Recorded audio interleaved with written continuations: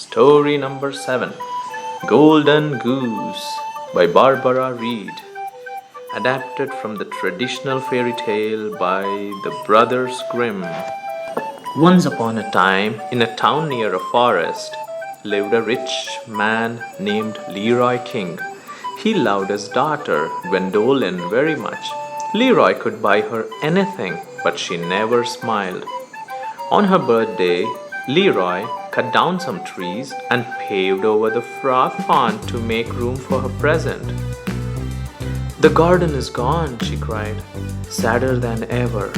Leroy was sad too. "Will my princess ever smile?"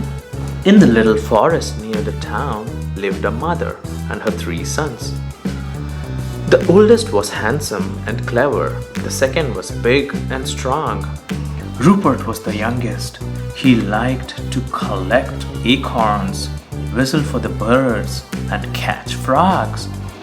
His brothers teased him, but Rupert was happy. One day the mother packed a bag with good food.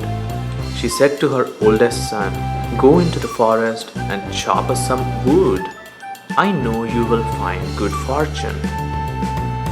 Not for long, he met a strange little man. "I am hungry," said the man. "Will you share your food?" "No, I will not," said the oldest brother. "Go away." He picked out a fine tree, but with the first chop of the axe, he hurt his arm. He ran all the way home. The next day, the mother packed a bag with good food and sent her second son into the forest. "I know you will find good fortune," she said. Not for long, he too met the little man. "Will you share your food?" the man asked. "I am hungry." "No, I will not," said the second brother. "Get out of my way." He picked out a fine tree, but with the first chop of the axe, he hurt his leg. He limped all the way home. The next morning, Rupert said, "Today I will go." His brothers laughed. His mother said, "You're not clever or strong. All you will find is acorns." The good food was all gone.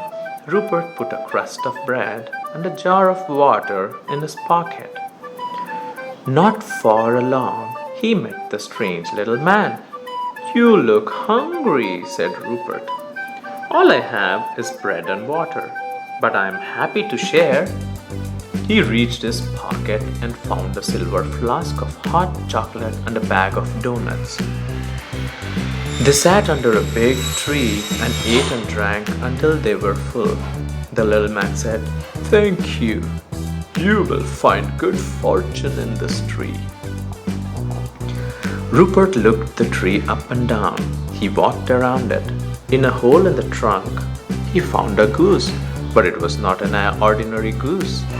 Every feather was pure gold. "I will share this beautiful bird with the world," said Rupert.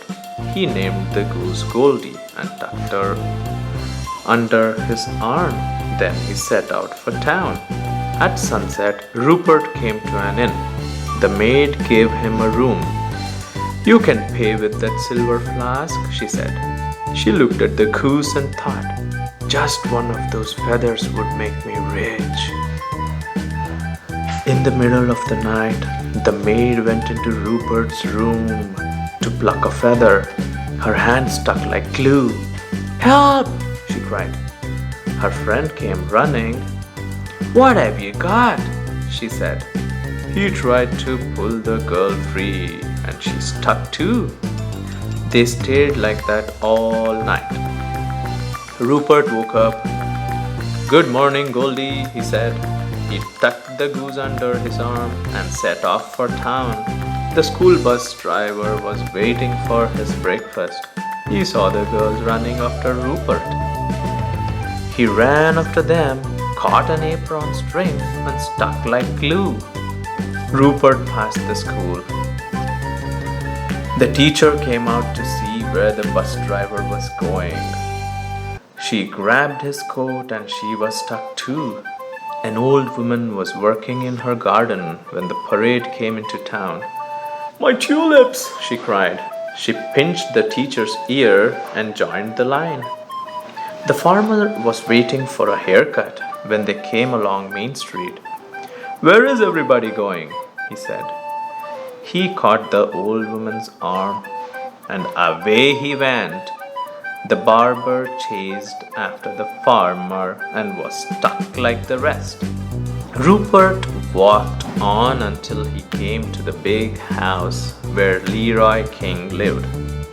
It was not a good morning for Leroy. He had promised half his fortune to anyone who could make his daughter smile. When Gwendolin saw the crowd of fortune hunters, she did not smile. She frowned. Father, how could you? She said. Just then, Rupert, the golden goose, the two maids, the bus driver, the teacher, the old woman, the farmer, and the barber came up the driveway like a crazy train. Three things happened. Gwendolin laughed, everyone came unstuck, and Rupert fell in love.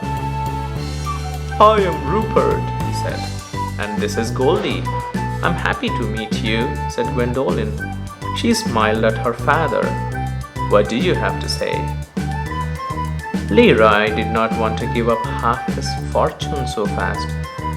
My daughter has smiled, but will it last? If my princess smiles 3 more times, we have a deal.